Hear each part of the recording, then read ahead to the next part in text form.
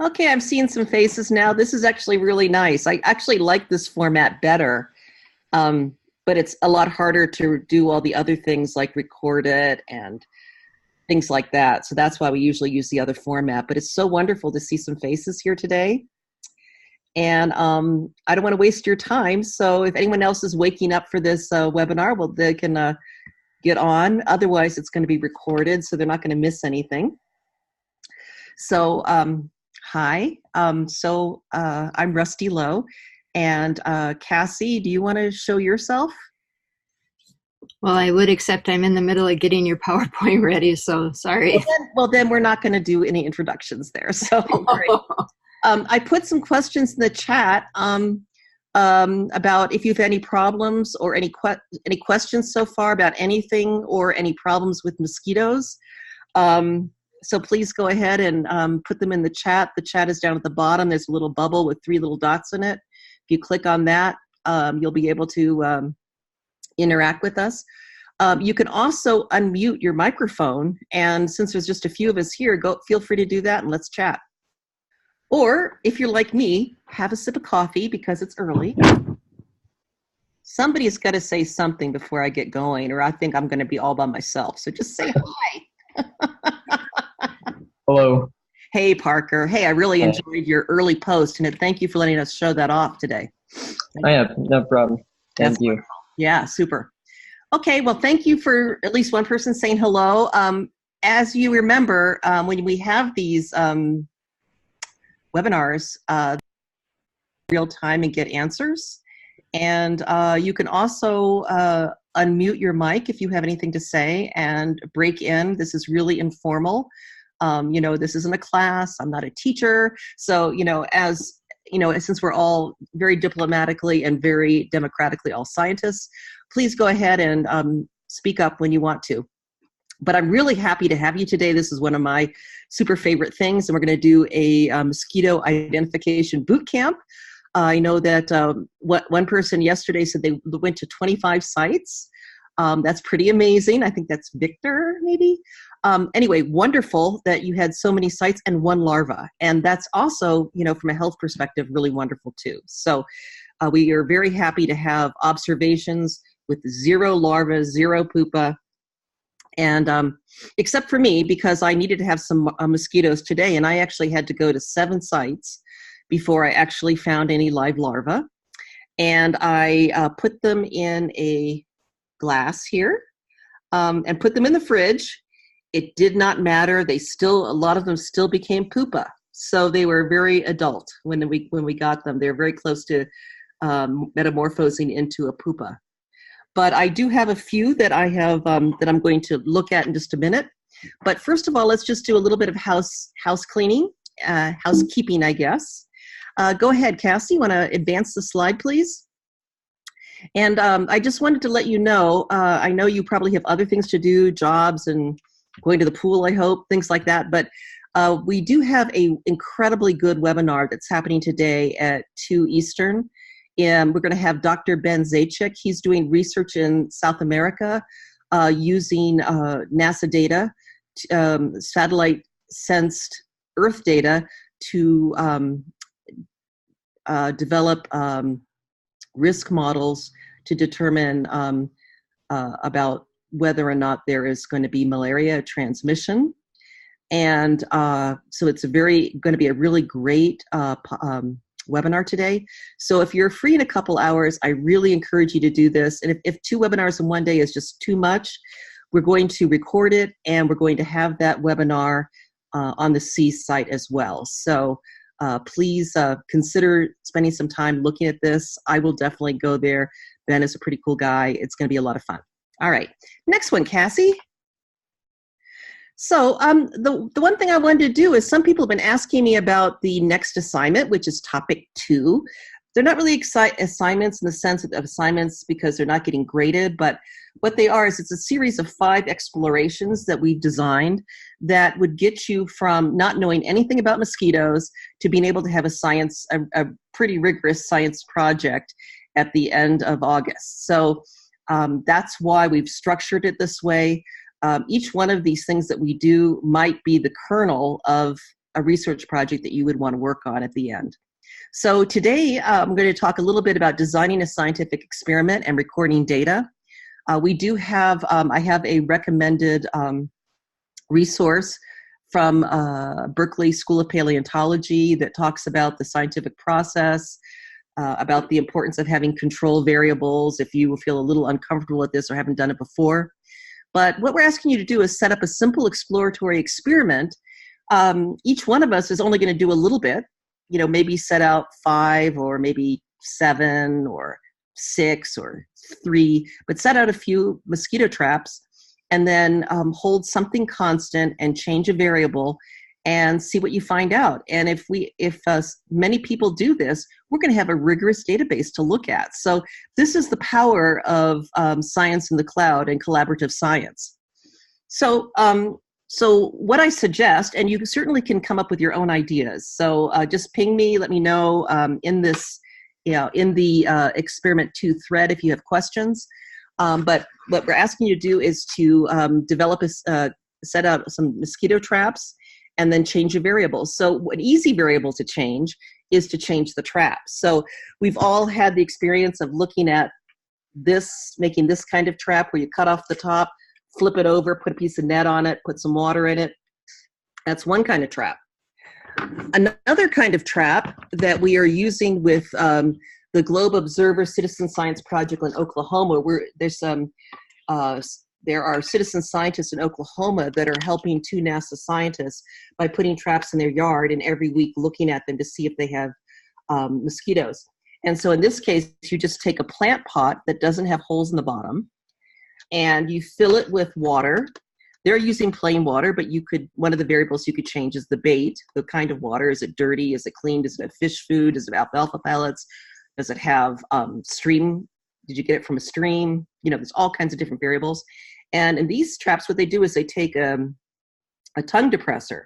And for the 80s, oh, go ahead. Thank you. What were you going to say? No, that was an accident. Sorry. Oh, okay.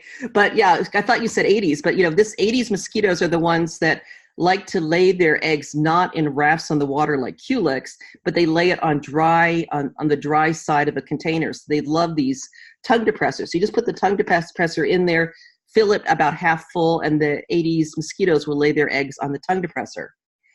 Another example of a mosquito trap is next time you go to a ball game, save your stadium cup. And stadium cups are beautiful mosquito traps. This is what they use with the Mosquito Project in Hawaii.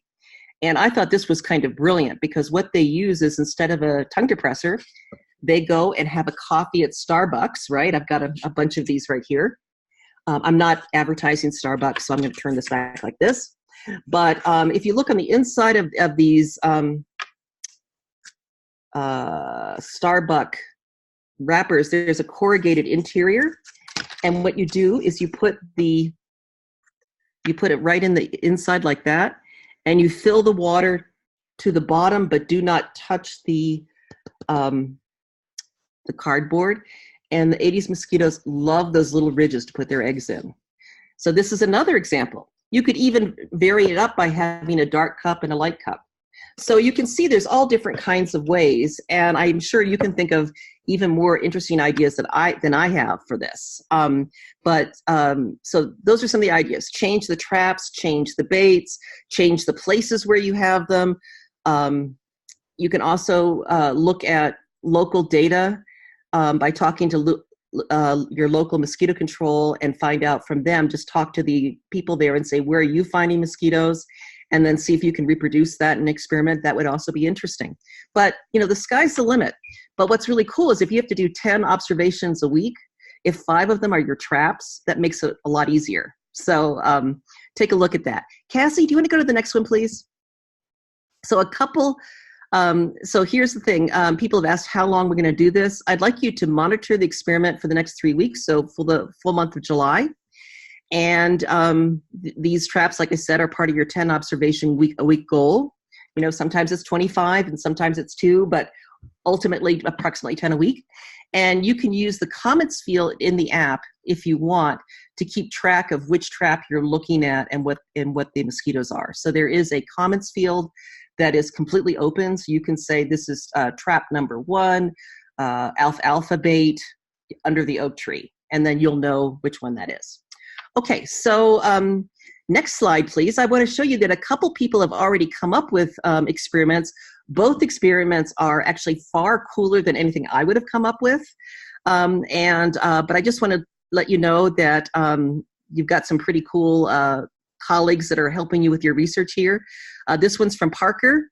And he, Parker, you're online. Do you want to just describe just really quickly what you're doing here? Sure thing, yeah. All right, so my goal was to create a experimental trap in which I'm not necessarily attracting the mosquitoes as much as I am trying to repel them. So what I've done is I've created about 5 to 6 different individual traps that are they are, as I would say, they're pretty attractive to most Aedes species, Aedes albopictus and Aegypti. As in, all traps are made out of old tires, which I actually locally sourced from a Firestone. And they were more than happy to give them to me. They were just going to send them to a recycling plant. So I filled up each tire with a sort of mix between my available rainwater, reverse osmosis water, and mostly lake water. And then I filled them up with leaves and grass, decaying leaves and whatnot. And then I put them all around my property on different areas around my house, pretty much as far away from one another as possible. And then I surrounded each tire with a variety of mosquito-repelling plants, as they are mostly referred to. You have lemongrass, geranium, lemon balm, rosemary, and lavender.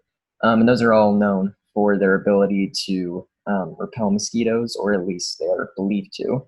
So I just wanted to see how well that these tire traps, which would otherwise be a perfect and suitable location for a mosquito to lay its eggs, albopictus, or Aedes mosquito to lay its eggs, and just to see how willing, if at all, they would be to lay their eggs there. But I also created 2 control traps that don't have any plants around them at all, and I put them at opposite sides of where I live and as far away from the other traps as possible. So I plan to continue monitoring these tire traps throughout the month and seeing how many, if any at all, do lay their eggs in these traps. That's really cool, Parker. And I'll tell you the secret that I got from one of my graduate advisors, who I thought was like one of the most brilliant men I'd ever met. And I said, how do you come up with all these really cool ideas? And because he had published some articles that really threw science on its head. Mm. It's easy, Rusty. I can tell you your secret. What you do is you take whatever people expect and you just do the reverse. So you're using traps, but you're trying to not trap. And I think that's pretty brilliant. That's definitely a Greg Layden kind of concept. So thank you so much, and I wish you luck and non-luck in your trapping experiment. We have one more that was just submitted this morning. Do you want to go to the next one? This one is from Aiden. Is Aiden online? I didn't see him. So if he is, I hope he speaks up. But you'll see here is that he is doing the same thing. He has set up some pollen traps. I was originally a palynologist, so I said pollen traps. Can you believe it? Mosquito traps. And so he has different kinds of bait and different kinds of environment.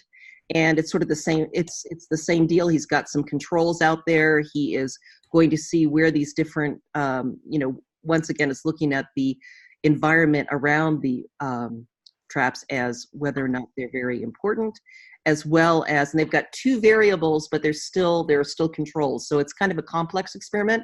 It's going to be very interesting. So thank you both Aiden and Parker for your super great early submissions. You didn't even have to have anything up until Friday. But it's nice to have a couple examples and not just pull something on my head that would be a lot less interesting. Cool. Okay, next one. So now we're to the heart of the matter. We are going to do a mosquito larva identification bootcamp. And before we get started, if anybody's had any problems, do you want to type them into the chat so we can address them? And then while you do that, if you have had any problems, let me know. We're going to go to the next slide, Cassie. Okay, so I'm just going to review the parts of the mosquito for those of you who have only looked at this once or twice. It's really important to know these things. And when you use a mosquito key, you need to look at all these different features. There's the head. In a mosquito, they tend to either have a round or a slightly flattened head.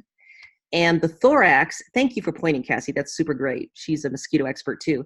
The thorax is usually larger than the head, and there is a definite separation between the head and the thorax.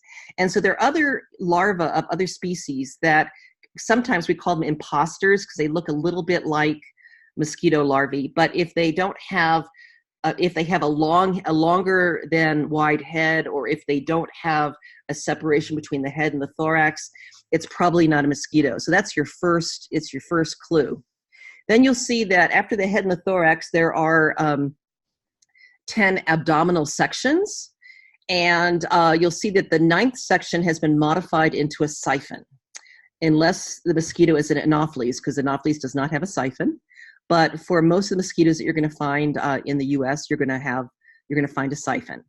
And then, so the shape of the siphon, and it's really hard to show, but can you see the little tiny bit of pectin down there, Cassie, down lower? Yeah, it needs to be made more clear in this picture, but there's little tiny ridge points at the bottom of the siphon there. Not there, those are the comb scales, but right above that, yeah, right there, yeah. So I actually took a picture this morning of some of those to let you know what they look like. And then finally, it's the hairs on the siphon. You can have single hairs, or you can have tufts of hairs. And so a tuft is 2 or more, and a single hair is obviously 1. And in the key, it will ask you what the hairs are like and where they're located. Finally, you've got the saddle. And we've had some questions about the saddle. And it's because this is a little bit of a tough one. But if you look at it sideways. And if you've ever seen a horse saddle, do you see why they call it a saddle? It's kind of like if you think of the terminal segment of the abdomen there as the horse's body, the saddle sitting right on top of it. And so for most of the species that we're looking at, the saddle is not going to go all the way around. It's going to actually stop like this, and it looks like a real saddle. Other saddles go completely around, or they can go completely around, and they are punctured by the anal brush, the hairs that come out at the end. And it sounds really technical, but it's pretty easy to see that. And so we're going to take a look and see if we can talk about that today using some examples.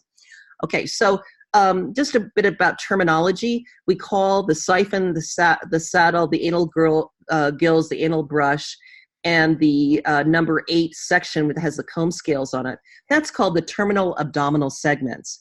And the way that we did this key, we actually created a brand new key to make it a little bit easier for citizen scientists, so that it turns out that for the species that we're looking at in terms of being vectors for disease, we can actually distinguish them all just by looking at the terminal abdominal segments.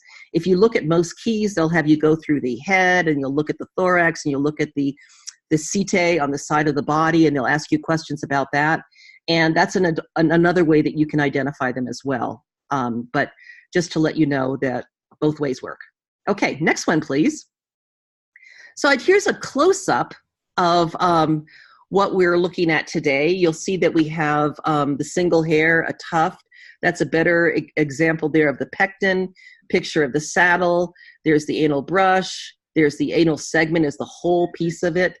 And those little white things that are sticking out, they're not important for determining what your species are, but those are the anal gills. Doing very many notes. Before Okay, I think Nihal, can you turn your phone off, your microphone? Thank you. So anyway, and then you'll see where the comb scales are supposed to be. And I wanted to put this picture up because this picture is actually in the key, but if you don't flip through the pictures, you won't see it. And there was some questions about what a basal tuft was that was in the chat. And you'll see that over here, it's a little bit blurry. I captured it fairly quickly, but you'll see that a basal tuft on the siphon is not going to be confused with anything else. It's right on the siphon, and it's like a brush. And so if you have one of those, you probably have a Saurophora, which is not one of the species that is a vector for disease. And so if you get that one, the key is going to say not one of our genera. But it's important not to confuse that with the anal brush and this little tuft of hairs that's coming right off of the section number 8 there where the comb scales are. And the best way to do that is they ask you to, when you take a picture, make sure that you have the anal segment aligned so it's like a Y. So you have the segment 10 is going in one direction, the siphon's going in another direction, and section 8 and the body's going in another direction. And if you do that, you're not going to have them laying over each other, and then you're kind of confused about where the hairs are. So that's the biggest hint I could give you, because a lot of mistakes happen just because of the improper sort of laying out your mosquito. Okay, next one, please, Cassie. So here's a picture of a mosquito that was provided by, I wrote it down, but I can't remember now. But thank you so much. So you can see in this picture very clearly, you'll see, Cassie, do you want to point to the pecten in that picture there? You can see it very clearly right at the end there at the left. You can see those little tiny teeth there. And that's the pecten. It's up there on the siphon. Yeah, right there. And then you also see right next to that a few hairs. That's obviously multiple hairs on that particular siphon. Okay, next one, please, Cassie. Here's some pictures that I took. I think these were ones maybe Dorian put. They're a little bit blurry, but you can see very clearly on the siphon here. Once again, it's a little bit hard to see, but Cassie, can you point up here at the upper left? On that siphon, you can see just the beginning of, you can see the pecten, and if that was in good focus, you'd see it very clearly. You see multiple tufts of hairs, and you see a long cylindrical siphon. And this is the same siphon here in higher resolution, where you can, it's still quite a little bit blurry, but you can see very clearly on the right, you can see the pecten right there. Perfect. Okay, so that just lets you know what they look like if you've only looked at the drawings before and you haven't had a chance to look very closely at your mosquitoes yet. This is what they look like. Next one, please.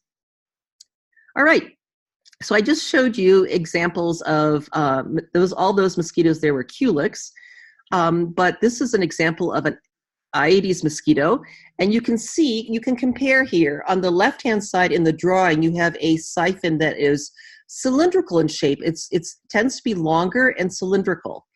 On this Aedes mosquito on the lower right, you can see that the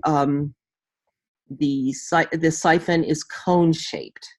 And you know, if you look at a key, they always say spindle-shaped. And my grandmother used to spin, so I know what a spindle is. But I bet you a lot, most of you have never seen a spindle. But anyway, that's kind of a cone shape, and I think that's a better way to describe it. So that would be what an Aedes mosquito would look like. From this perspective, we can't tell what it is because you'd have to look at the comb scales, but at least you have a pretty good idea of what you'll see. And what you'll find is as you begin to look at these mosquitoes, you can tell what they are. And if I was working in Iquitos in Peru, and I was actually going around with people who were doing a project with the Naval Hospital in Iquitos, the U.S. Naval Hospital. And the mosquito guys there could look macroscopically at the larva, and by their general gestalt, by the way they swam, they knew they were Aedes aegypti. So you can, it takes a while to key them out in the beginning, but once you begin to know the species in your area, it really is not that, it's really not that time consuming. Okay, just wanted to give you that little bit of a tour. Okay, next one, please.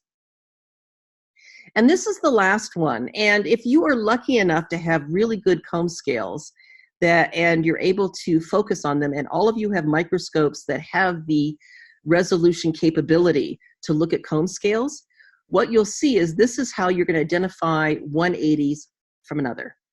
And so up the upper left, you'll see that there are comb scales that are on the segment 8 of the terminal abdominal end.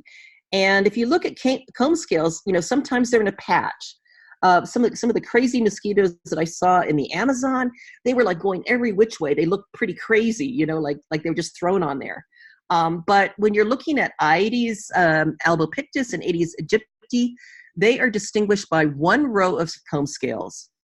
And if the comb scales are on, like they are on the bottom right, and they look a little bit like a pitchfork, that's your Aedes aegypti, which is your yellow fever mosquito. And on the left, if it looks like a thorn, that's Aedes albopictus, which is your Asian tiger mosquito. All right, so now let's see if we can do this in live action. Any questions so far? I'm hoping you guys are all wide awake and able to take all this in. Was that too basic for you, or was that somewhat useful? Just give me a little heads up here. So what I'm going to do now is I've got, besides having the microscope that you have, which is what I like to use in the field, I have this other microscope. Now this one is quite amazing. It was, what was it, Cassie, $19 we bought these for? They're 15. 13? Okay, yeah. They're really pretty amazing. We didn't include them with what you have because you can't use them. Well, actually, they say you can, but we haven't been able to connect it to your phone. But I have this plugged into my laptop, and it is up to 1,000 power microscope, and it's going to allow me to show you what I have here. So what I'm going to do now is I'm going to share my screen. And I don't want you to read all my emails, so I'm going to close that. That was me saying, Cassie, help. I'm not online. Okay, so I'm going to share my laptop, my top here. And then I'm going to go down here, and I'm going to find my software that I can use for looking at this. Not saying the technology is super great, but it's super cheap, so that's wonderful. Okay, so that's the wood on my desk, so it's pretty amazing. I'm gonna make this bigger. All right, let's see if that works for us. Okay, so I have a bunch of mosquitoes. I've put them on a plate, and I'm just gonna show you what they look like right here. We have had, we've had a lot of rain here, and usually when you get a lot of rain, what it means is that you have lots of mosquitoes. But in our case, I want to show you how beautiful that picture is. But in this case, what has happened is it's washed away a lot of the mosquitoes, and so it's actually pretty hard to tell. So the first thing I want to show you is that when you have a high power microscope like this, it's very hard to get the entire mosquito in the frame for the picture for the app. And the reason why they want to have the entire mosquito in the frame is that we are using, we're also developing some AI that we're, artificial intelligence and image recognition to determine what our mosquitoes look like. And so we want to be able to see, oh yes, that's a mosquito. It's got the head, it's got the thorax, it's got the siphon at the end. So if you can't get the whole thing in, it's okay. You can take a picture like you see right here, which is not totally complete. You can also take a macroscopic picture with your phone and just use a digital zoom, and you can get a pretty good picture that will show us at least that it's a mosquito. Okay, so here, these are my little guys here, and we're going to see what we have. I have my computer on full screen, so I can't interact with the pictures or the chat right now.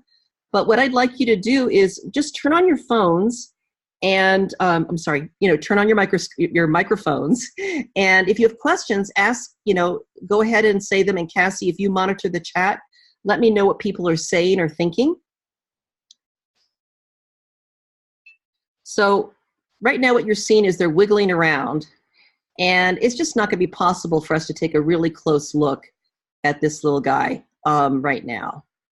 But right now I'm looking at the setae along, which are the hairs that are on the body. And if this were an Aedes aegypti, you would see like a little hook-like structure on those setae. And that's like the last test that you can do to make sure you have it. And I just don't see that there. So I'm assuming this is probably not an Aedes aegypti. But we need to look at the tail section, the terminal abdominal segments, in order to determine what kind of mosquito we have here. So what I'm going to have to do here is I'm going to use a little bit of hand sanitizer and euthanize them. And rather than flipping back and forth and showing you how to put hand sanitizer on your sample, you'll just have to believe me. But what I'm doing is I'm just putting a little bit on there, and that will euthanize our specimen. And while we're letting it work, I'll show you something else which is quite remarkable. Take a look at this. Where are they? Hold on a second. Let's see here. Yeah, they're just moving too fast. But what I was going to show you is I only had 17 mosquito larvae in the sample, but that are in a fourth instar, which are big enough to able to recognize. However, I have probably thousands of little tiny first instar mosquitoes. So that's pretty interesting to take a look at. So what I'm going to do now is I'm going to take my specimen, and I've got a toothpick here. Okay, so that is our specimen right there. And I'd like someone to say, can you make some observations, please, about what you see? And Cassie, tell me what they say when they're looking at this. So, okay, so I'll ask some questions, but you guys have to answer, okay? There we go. All right, so this is the terminal abdominal segment. So the first thing we're going to look at is there pectin? Well, no, the first thing we're going to say is I should actually follow the key, and I have it open in front of me, but I actually, it's hard to do two things at once here for me. I'm just not that smart. Okay, so here is a terminal abdominal segment. The first question is there a siphon? So is there a siphon, yes or no? Yes. All right, thank you for somebody answering. The next question is the siphon cylindrical, or is it cone-shaped? Cone-shaped. I'd say it's cone-shaped as well, yeah, because the ones that are cylindrical tend to have straight sides, and these kind of taper towards the top. There is another mosquito that is fairly common, but you don't find it in containers. You find it in wetlands, and they have a real sharp point on the siphon, and what they do is they don't go up to the surface to breathe. They puncture plant part, and they breathe through the plant, which is extremely cool. But that's not this one. So, okay, wonderful. Now let's see if we can just take a look at the pectin. Let me see if I can get that in the center there. Whoops. You always have to go, when you do this, you have to go backwards and sideways in order to find things. So there we go. Let's get that in the middle. Okay. That's the only skill that translated from my PhD research for this work is being able to do that. Okay. Let's get in there a little bit closer. What's really cool is when Cassie edits this, she won't show how long it's taking me to find the mosquito. There it is. She can cut all that time out. Okay, here we go. But Rusty, it's really helpful when you show, the that it does take some time. And I think that's really important for everybody to know that, like any good science, it doesn't just happen, right away. And like you say, the more you do it, the better you get at it. But it takes a little time, and that's why it's also a good idea to bring your larva inside, relax, get yourself a glass of soda, and then do it. Great.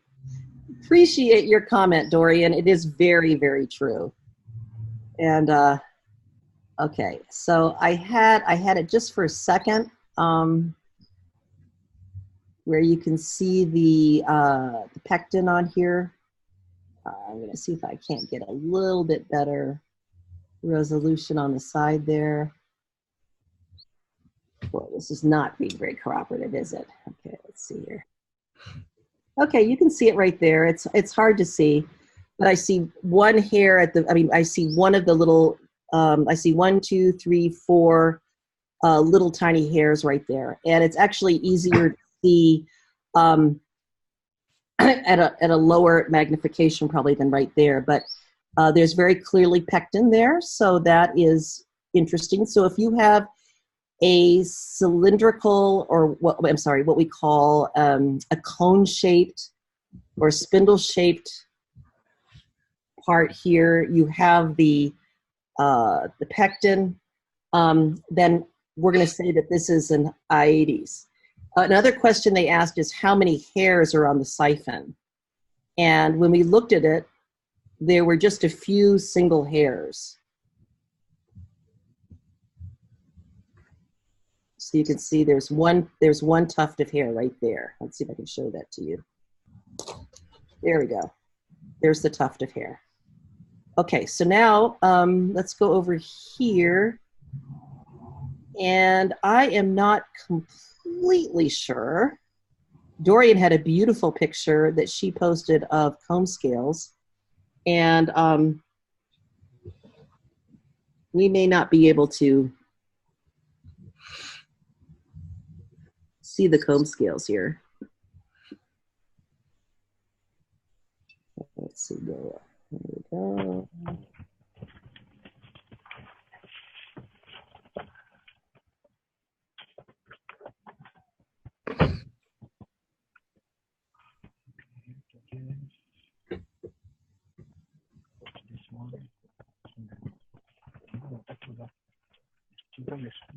There we go. Okay, so what do we have here? Let's take a look. Well, it's always really hard at high magnification to find yourself where you want to be on the little critter here. And when you move like such a huge amount. It's really hard to, you probably have already experienced this. Let's see if I can get.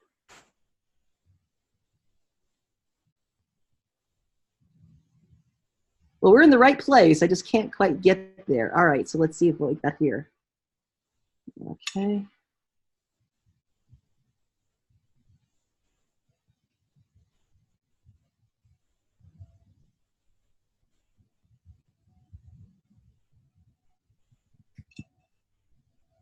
What's happening is this thing is going in and out of focus without me doing anything. So that's part of our little problem here.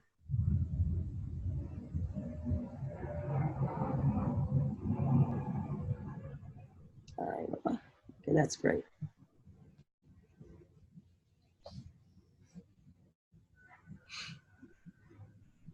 Okie dokie. So we're here at the middle of the terminal end here, and you can see some pectin. You can see the anal brush, and what you'll see here. Oh, come on!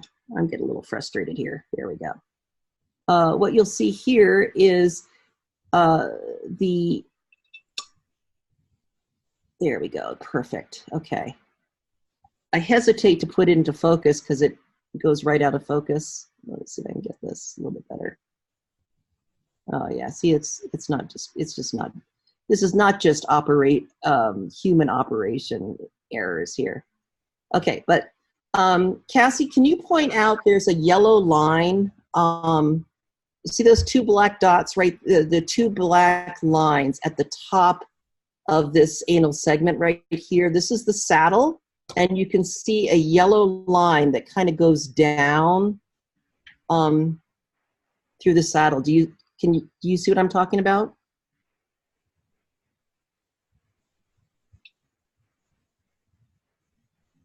Oh, here, I can do it. Here. So right here, see right here? So that is the saddle right there.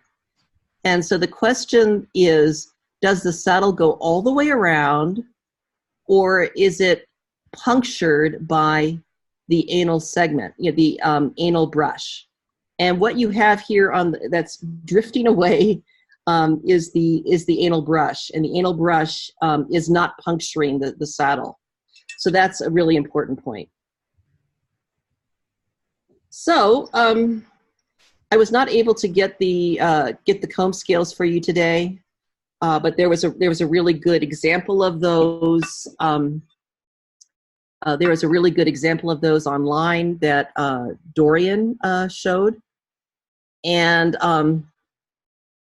so what I wanted to just say is I'm sorry I couldn't find them, but I didn't want to. It's already 9:45. It takes a minute. I think if I had the scope you have, I would have no trouble finding them. It's just that this one is sort of high power and it's a little bit clumsy.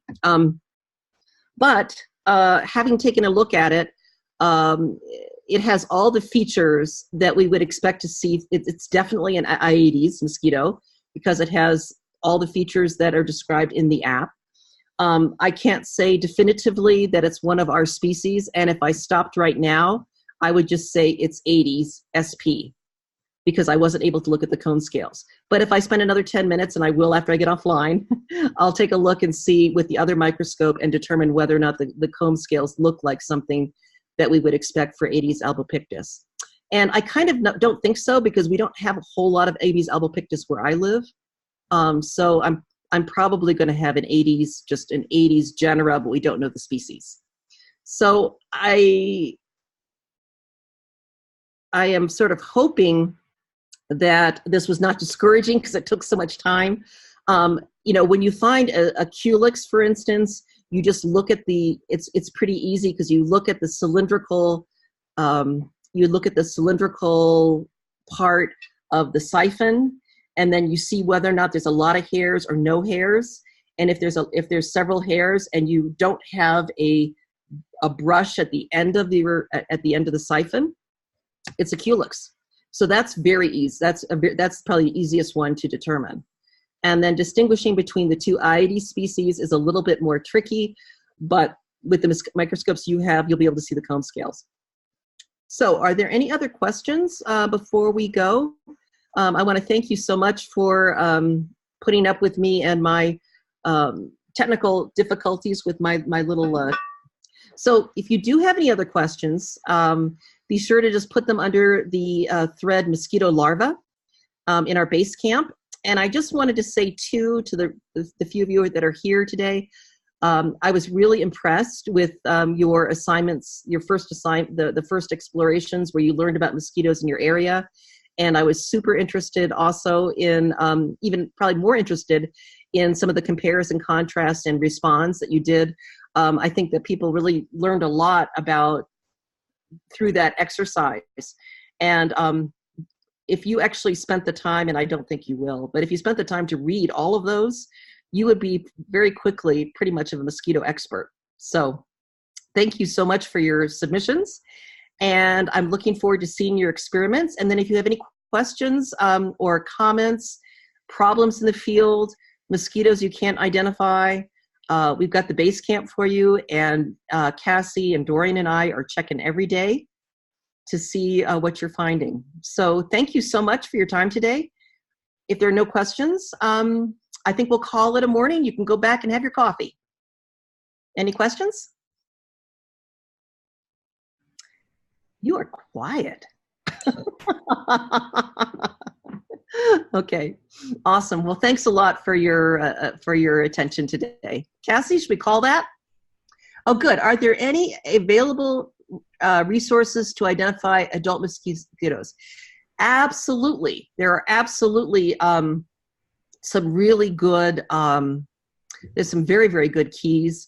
Adult mosquitoes are sometimes a little bit easier to identify than the larvae. The reason we do larvae is because it allows us to know where they're breeding.